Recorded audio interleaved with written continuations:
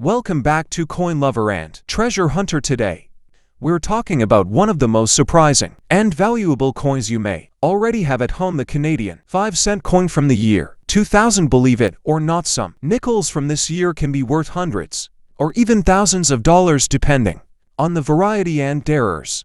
In this video, show you exactly what to look for, why these coins are rare, and how much they can sell for today. So grab your change jar, you might be sitting on a fortune. Let's get started. The coin is part of the standard circulating 5-cent coins of Canada, according to the guy for the series. The 2000 no mint mark variety, catalogued for instance as KM 182, was struck with a mintage of around 108,514 pieces. The composition here is typical for that era, a nickel-plated steel or copper nickel variant depending on exact issue, though those details shift in surrounding years. The coin's face value is CAD 5, but of course, as a collector coin, the value may vary. The reverse design features the beaver on a rock, a well-known Canadian motif, and the obverse bears the crowned head of Elizabeth II in that era's portrait style. While 108+ million is a large number by many standards for coins that are in uncirculated or mint condition, the story can change because so many were struck. The standard circulated version of this coin is not especially rare or highly valuable according to the World Coin Price Guide. Typical circulated examples or value near face value or only modest premium. So what gives for the collector? It's the condition. Uncirculated mint state, minimal marks, full luster, and whether it was issued in special sets, proofs, or otherwise. Also, whether there is a mint mark or lack thereof can matter for specific varieties and interest. Let's talk about uncirculated or mint state condition in coin grading. An uncirculated coin means it has never been used in circulation, nowhere on the highest points, full original luster, strong strike, no serious damage or toning depending on collector preference. For our 2000 no mint mark 5-cent, the Numismaster World Coin Price Guide shows, for example, a value of around USD 0.25 for MS60 grade, the lowest mint state grade, rising to about USD 7 for MS60 for grade 23 United States dollars for MS65 grade, and 57 United States dollars 90 for MS66 grade. What that tells us, the big difference is in very high grades. So if you have one in outstanding condition, the value goes up significantly compared to a standard circulated piece. If you're collecting these coins and you want a reliable guide, many coin value sites charge a subscription to access full detailed listings, full grade by grade values. For example, Graysheet via CDN Publishing mentions the 2005-cent proof-like listing only shows limited free data, and you need a paid subscription to access full graded values. So if you're building a collection and want full value tables and historical data, budgeting for a subscription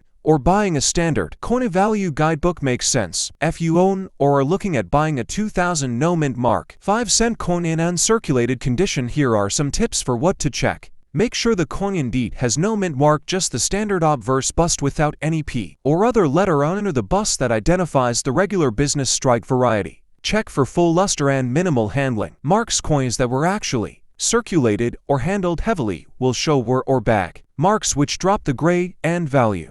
Strike quality, look at the date. The beavers details the for Canadian coins of this era. Also check for later changes in composition or mint mark. In 2001, there were especially issues with plated steel blanks and a P mint mark. Make sure yours is the standard variant. If the coin is slab graded by a trusted third-party grading service, that helps with resale trade value. So what might you expect this coin to be worth today based on the cited guides? A circulated 2000 no mint mark 5-cent is basically worth face value CAD 0.05 or very little premium. An uncirculated MS60 example might be valued at around CAD US 0.25. Moving up, MS63 could be United States dollar 0.90, MS60 for about USD 7, MS65 around 23 United States dollars, and MS66 near 57 United States dollars and 90 cents. Thus, if you believe you have an uncirculated high-grade example, it could fetch tens of dollars, but we're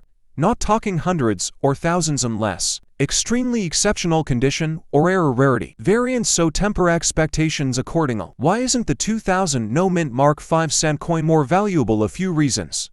First, the high mintage over 100 million means it's widely available in standard condition, so rarity is low. Second, the metal content is minimal. It's a small denomination coin with little intrinsic metal value, so the premium is mostly about collector interest, not precious metal backing. Third, widespread condition and less high demand compared to major key date coins or rarer coins. Because many people collect older, rarer Canadian coins, is less of a must-have key among serious high-end numismatists. Fourth, many examples exist in, even with a relatively common coin, there's potential interest in varieties or errors, which could raise value. For example, on Canadian 5-cent coins of similar years, collectors watch for mint marks presence or absence of P-plated steel blanks proof versions, special sets, etc. The 2000 no mint mark version is the standard business. Strike if you happen to have a version that is graded ultra high or has a recognized error. Double strike MIS print unusual planchet, then you could be in a more interesting space. Always check trusted catalogs or talk to a reputable coin dealer to see if your coin might have something unusual. Also, provenance, strong original packaging, if a mint set and certification can add value. If you've got a 2000 Canadian 5-cent coin with no mint mark, first check the condition. If it's obviously circulated, it's worth pretty much its face value, but if it's uncirculated, in high mint state, MS 6566 or better, then you could have something worth tens of dollars. If you're serious about finding the best value or exploring rarer varieties, consider subscribing to a coin value guide or joining a numismatic community for deeper research and up-to-date pricing. And always store your coins properly in a cool, dry place. Minimal handling to preserve their condition. If you're thinking of selling or trading, have it assessed by a professional or a reputable dealer, maybe even slabbed by a grading service. If you found this helpful, hit like. Thanks for watching.